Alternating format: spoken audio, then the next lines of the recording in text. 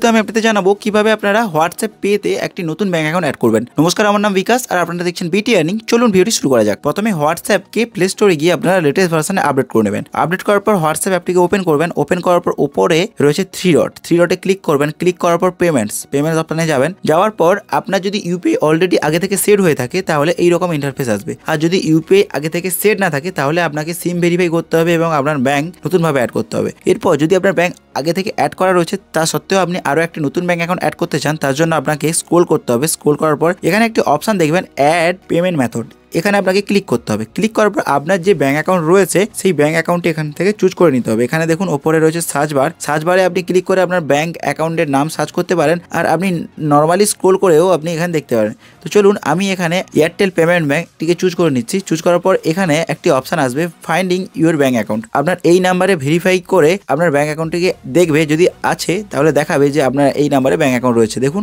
আমার এই নাম্বারে ব্যাংক অ্যাকাউন্ট রয়েছে। এরপর ডান অপশানে ক্লিক করতে হবে। ডান অপশানে ক্লিক করার পর দেখুন আমার যে ব্যাংক অ্যাকাউন্টটি সম্পূর্ণভাবে অ্যাড হয়ে গেছে, বাট এখন এটাকে ডিফল্ট করতে হবে। অর্থাৎ যদি ডিফল্ট করা মিন্স কি, ডিফল্ট যদি আপনি করেন তাহলে কি হবে, কেউ যদি আপনাকে ব্যালেন্স পাঠায় তাহলে আপনার এই অ্যাকাউন্টেই ঢুকবে, না হলে আপনার আগে থেকে যেটা ডিফল্ট করা রয়েছে সেই অ্যাকাউন্টে কিন্তু ক্রেডিট হবে টাকাটা, মানে সেই অ্যাকাউন্টে ঢুকবে। আমার স্টেট ব্যাংক অফ ইন্ডিয়া আগে থেকে ডিফল্ট করা রয়েছে, আর আমি যদি চাই এখন কিন্তু এই অ্যাকাউন্টটাকে ডিফল্ট করে দিতে পারি। কিভাবে ডিফল্ট করব, এই ব্যাংকের উপর ক্লিক করব। ক্লিক করার পর দেখুন এখানে রয়েছে set as a default. Set as a ডিফল্টে ক্লিক করার পর দেখুন কিছুক্ষণ টাইম নেবে এবং এটা ডিফল্ট হয়ে গেছে। Payment method set as default. এখন যদি আপনি কাউকে পেমেন্ট করেন অথবা কারো কাছ থেকে যদি আপনি পেমেন্ট রিসিভ করেন, আপনার এই ব্যাংক অ্যাকাউন্টেই ঢুকবে। এখানে দেখুন এটা উপরে চলে গেছে এবং ডিফল্ট হয়ে গেছে। এইভাবে আপনি একটা নতুন ব্যাংক অ্যাকাউন্ট অ্যাড করে আপনি টাকা পাঠাতে পারবেন এবং রিসিভও করতে পারবেন। ভিডিওটি যদি ভালো লাগে থাকে বন্ধুদের সঙ্গে শেয়ার করবেন। আর আমার চ্যানেলটি খুবই ছোট, তাই রিকোয়েস্ট করবো অবশ্যই চ্যানেলটিকে সাবস্ক্রাইব করবেন। দেখা হবে অন্য একটি ভিডিওতে। সবাই ভালো থাকবেন। নমস্কার।